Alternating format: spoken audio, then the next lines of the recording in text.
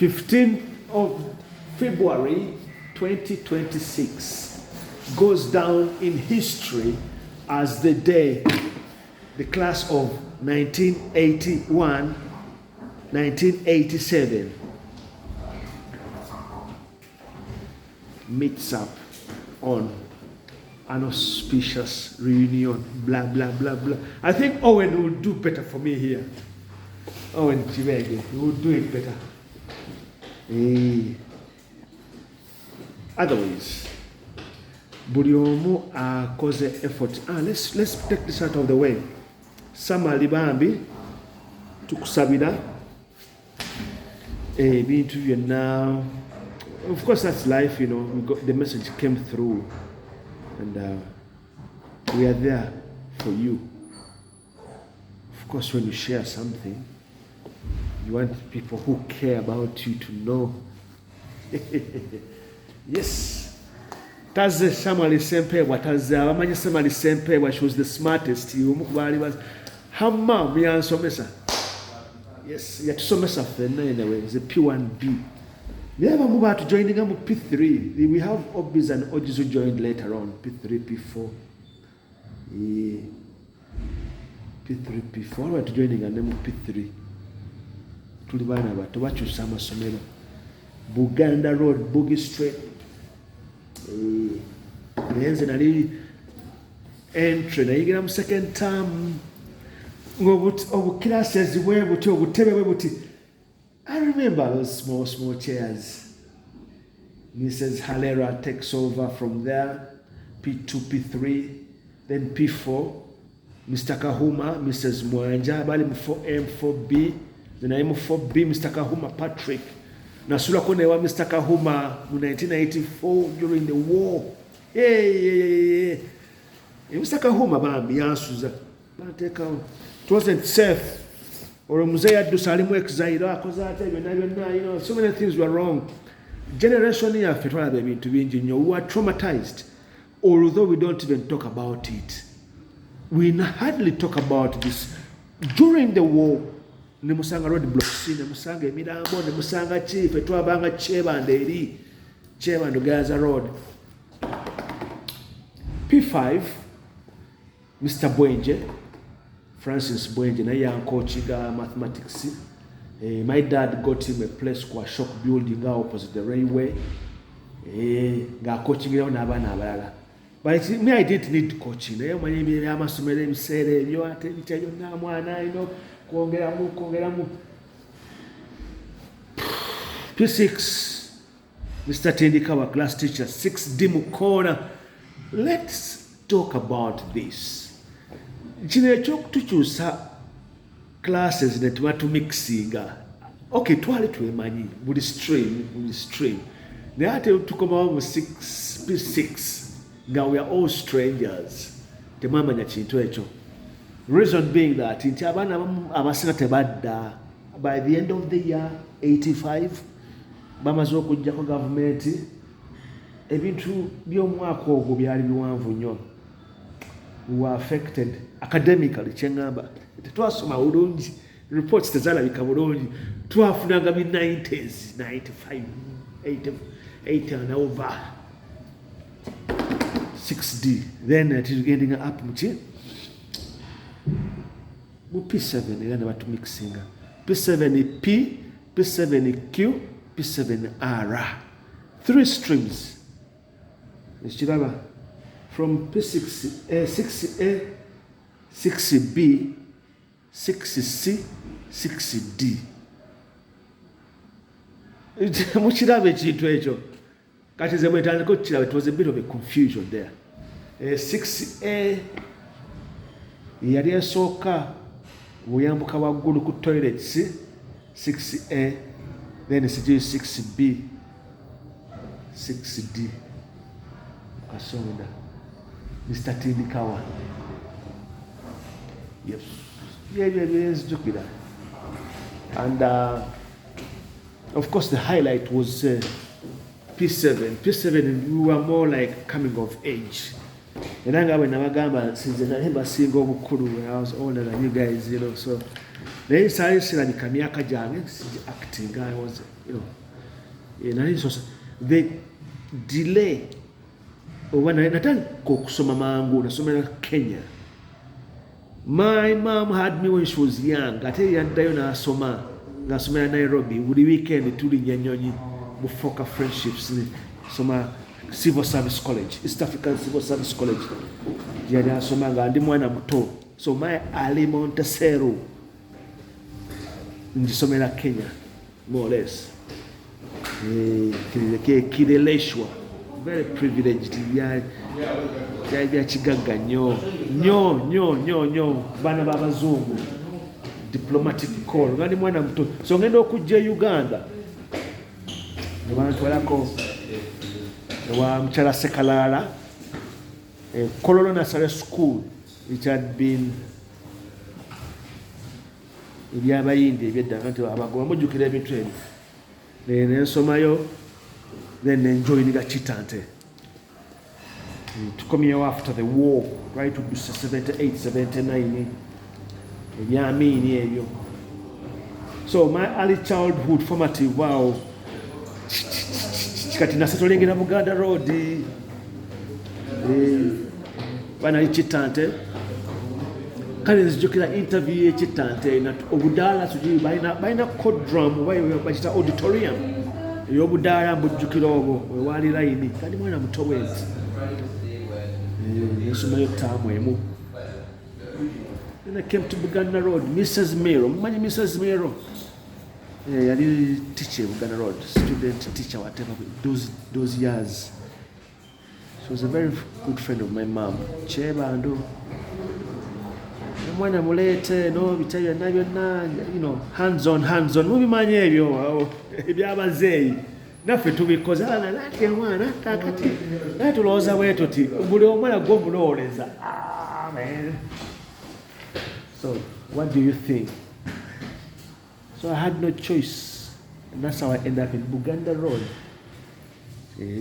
Nanyumirwa Buganda Road twakula buli mwaka subsequent ya buli it was just a very interesting phenomenon.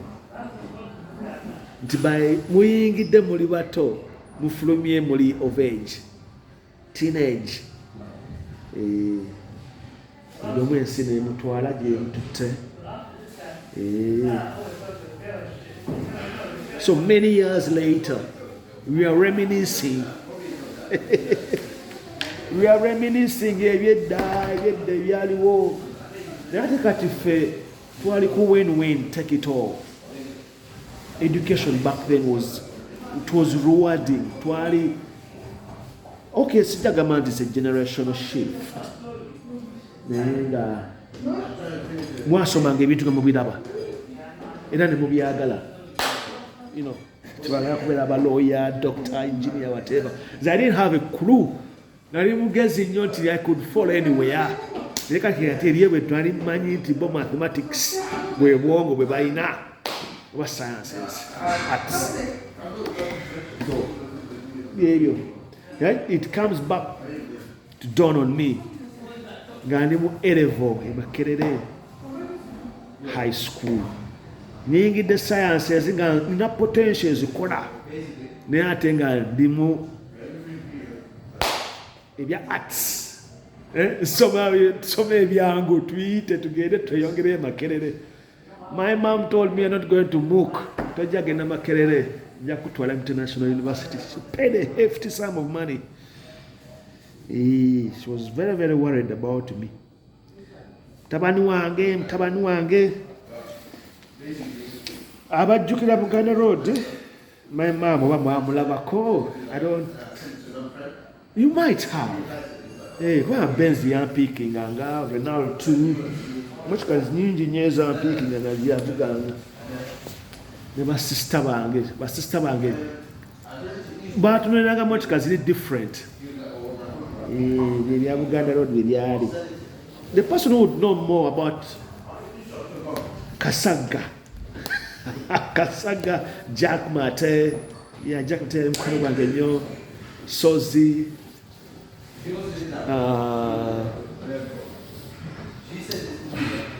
let me see. When it came to class, Sim Katende, Michael Wangusa, Asadu, Kisitu Asadu. Asadu yakubanga ekibalo.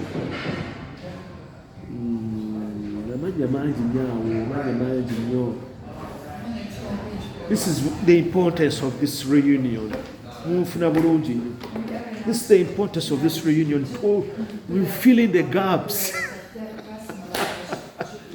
We need to fill in the gaps, people. Sagala kusanga muntu nanga nti kegusibwa nti mwami Kagumba nkumanyi twatulanga pena nku I deny you. Kwegane. Gwani. Until you bring out something from the woodwork. So guarantee try fena ku Uganda road. Really? Hey. Memory lane chintu kiwanvu nnyo. What are your memories? How do you rekindle your memories? Are you buying into something? Into kino nga bwe kyazze kyatandika mu November last year.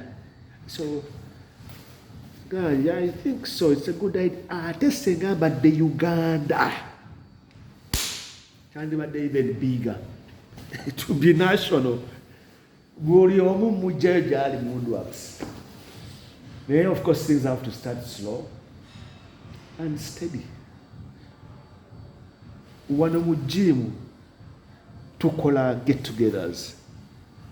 Era bibeera kunze, hey, you seem to know how to organize things. No, I don't need to organize anything. You tallies, you put things together. Ping pong, ping pong, ping pong, pong. Okay, we meet up next week, 2 weeks now. Blah, blah, blah, blah. Framework. Abantu. You know. There you go. Whatmon. Amanya against Jukila Malala. Daya Amanya. I've always wondered where he got those names. See, where he got those names. But of course, Kakati Ganange Chanda, that's my dad's name. Where did that Chanda name come from? Nalimu Fairo ya Mzee, your passport, they put the children's names, whatever, no passport. And then took a kuja passport yange, Gamba Manya Suji Patrick Kagumba. No. You're in file already. Passport office. So they give my passport, Patrick Chanda. Kati gali amanya aga Kagumba, gali mu affidavit. I had to swear an affidavit. Of course, Patrick Mulimanyi. Patrick Mulimanyi. So I'm not anything else but Kagumba. Correction, Mujitereze banange. Chanda is my family name, my dad's name. But it's the family name that it conflicted. Going forward from 2000 in Zealand and in Tambula, immigration purposes and all that, travel, Mobi Mani, Patrick Chanda. But until Kagumba, I remember, Sanga about immigration now, Entebbe Airport. Ma Obi, Yabe Mwibakola Kuchisawa, Nagagalagawa. That's when I was traveling. Yeah, no, it's me. They remember me in school. Ate nebya Echoes ebino binalima bya entertainment. Fe tutandika Echoes 1988. Okumenya nakuba Echoes. Bampayo n'omulimu mu senior 6. Kakati ebya senior 6 biwanvu.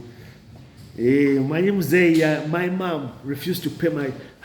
Nalinda luse sikulaluka kuno okulaluka ntino. Hey while no. Bango be mwiri mu O-level final term to return to do my exams, O-level exams. Nazikola third term sijisomye. Sasa my third term. Na nefuna first grade. Come on, Basa. First grade. Kati The thing was on the premise nti sikomawo mu A-level. I didn't care less. My dad had passed away the year before. Teenage, rebellion and everything.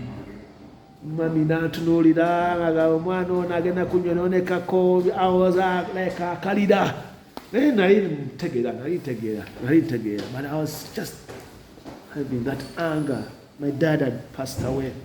Yeah, my dad, Mr. Chanda, the billionaire, he had cancer. 87. No. He took ill in 89. But I think his health had been declining poorly, suddenly.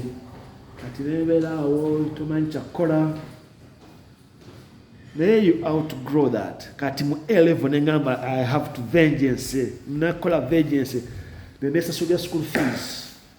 Mami yangamba nti tuula wayagala kukola bya dalubyo oli mu kuzina oli bimbya siji bya perfect generation yabate nali ntandise n'ebyokuyimba nga mbirimu eyo binalina music. I am one of the pioneers. Kakokolo songs na birimu nembivaamu because my mom didn't have a good impression. Oli mwana mugezi bitabyo na byonna. Byatandikira Buganda Road Obbies mulimu Shanks VVD. Oyo twamugwangako bugwe yalino yaliwo nakase yali awa. Simon Bess Kalema Ragadi bonna awo. Ate bali wa classmate bani. Mukimanya ekyo. Wakati mumanya lye Buganda Road abana babazangamu ebibiina. So tubale but Simon Bess alina asanga emwiri Ragadi agenda kitovu, things like that. Twesange emwiri. So kati ekyokusoma kya playing a very big part. Oba kya playing a big part to my mom. Ngekola O-level nga nsasula school fees nkola mu Echoes bampadde omuli bampa olunaku lwa Sunday nga lwange nze promoter. Nze ntandika ebya promotion ebyo. Ngambi kuba bufulaya nkola ki nabwo idea wange ntimba ebyo tebyaliwo mu students ebizi bya trans days nendyoka nkola sente kati ate nga boss wa Echoes ayagala emitwalo gyalinga 10 buli lwa Sunday. That was a lot of money back then. Zenga nizokola enkaaga nizokola ekinana walakolako ne ku million nesasula aba staff nemwe emitwalo gye 10. Olina Isaac Matovu MC Jazz wamumanyi the Matovus Matovu bamaanyi tebali mu Buganda Road nyo bali nakasero the Matovus. Isaac Matovu, rest in peace. Kati awo webigwera nekola A-level. Then we had the fracas with our bigezos with UNEB again. Mala kubuke cha P7 manyi P7 ekifo kyange bashi sebagandi bakinyima naye twali tuyise bangi kati ne bakozesa ekyalo region ne batematema amasomero. So Anglicani musobola college mwiri so whatever smack yani byonna. That's how I ended up in Musoga College Mwiri, which was the best decision ever. BCM Ginabela Mr. Mwiri Nazina every time. Nari muzinaenda nayizinya break dance ku Buganda. Don't you got break dance? I was the best break dancer in Buganda Road. Wabeya aveyo agambe nti yali ku list eyo. Yes. Twaina Kasaga, Kasaija wa kung fu. Ina kasero naye yagenda Kasaija obalirira wa. Ediganjaza kwena compete na yaba break dancing. Naye Manjali yali mkoma mu America. We used to chat, keeping in touch. So that is how things have transpired. Ending up Kenya, Mami, tunda farm, twina farm, kati muzita workshop whatever. Very, it was a model farm. Anti muzeyi yali asomye ebya agriculture. Bukalasa, we sold the farm to Mr. Amos Nzei, our pep scholar. Very nice man. Nagamba anti nete mwandi tuze farm where you tell you no. So I managing sold it to him, but my dad also had shares. Pep scholar, which I did a Crown Cox. Over Lake Victoria Bottling Limited. At Crown Cox yali steak ya mzee. Bingi mtamanyi hao. So nengina nesoma mu International University. So mwana baba Kenyatta. Nesoma n'abana ba Koinange, who is who in Kenya. Jibatwala abana ba the Wamalwa family. Which family do you come from? Uganda. Wali na Uganda. The Karakes, the Bakashabaruhangas, the Dusabes, the Shaka family. Banji Kamura sees Banji sponsorships in the government. Then I was paying for myself. Nesoma nemala samalako bana inogena mu America sagenda maninga mulwadde nenokoma we Uganda ate kati nzirawo nekomyawo round 2 e Kenya 90 nkole shipping and transport customs clearing ne bakose ne mu diploma super kati ngenda koma we Uganda we ngaggawalira nagenda mu URA enkola. If Kisitu Asadu has managed to stay there for 20-something years, that's how things are. Naye ngansanga abazungu mu capital pub. Nga tulipovuka tazo kuchakala corporate. Fatandika ebya corporate generation yaffe yalimu ekya corporate kwambala amasuuti wayambala tie wera smart selotero bye time bizebyo byonna twanyumirwa kola mu URA neneete obusaati obwo bwa uniform nga nyambala obusaati obwa bulu nabugula Kenya, those blue shirts nga bwe nyambala nga ngena kulaba kati tudenti bwe uniform ya URA. These things stick. The impression gyoleka awantu neyambalanga blue for some reason. Nengula motoka yange esooka netandikawo tuchakala kakati ebintu bigenda kukyuka. Bazungu bampa ebyuma ebyo tebamayina because the santi no binakola sente. They didn't have any idea. Babigezezaako nga they were discouraged. Nga capital pub bakolera sente mpitirivu nnyo. Sports bars, when the whole concept of, abantu baali bamanyidde kunywera ku mbalaza. Kunywera mu bikusejo mu biduula bikwekweto with things like that. So Uganda was beginning to change. Laba omwaka gwe bampa ebyuma ebyo ne liberalizing economy. Sente ne bazisumulula. Liberalization, privatization. Ba n'oluyimba lulambo lwa liberalization. Privatization. The economy was flooded with so much money. So with the gaming, government neeta n'akalulu kajje sente mu bantu. Naba gaming wayingirawo kati bamaze okumpa ebyuma ebyo. Ndi mu Eastern Uganda gye mbitute jinja ona kuba kalas. Bantu bazanya byuma batunda byabwe kunyuma bingi nnyo. So nembera wakati mu kintu ekyo nenjola set enkene enkadde. Eyo yona mu muceere gw'abagundi Palisa Busia yona biba byatambulanga mutambuzi nga zembiri ndi mwana muto naye nga sente tuzitekana mu bikutiya tuzivuga zidde Kampala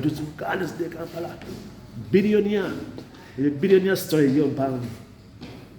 Then I attack campus. Africa whole guys. I was paying for about 5 girls. I won our one. I'm just going to tuition in Makerere. Then it had a change. You see apartment. Maybe I will be selling a Makerere muchukoni yao.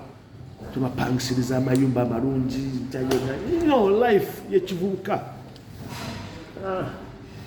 Look at this man. Let's do another video.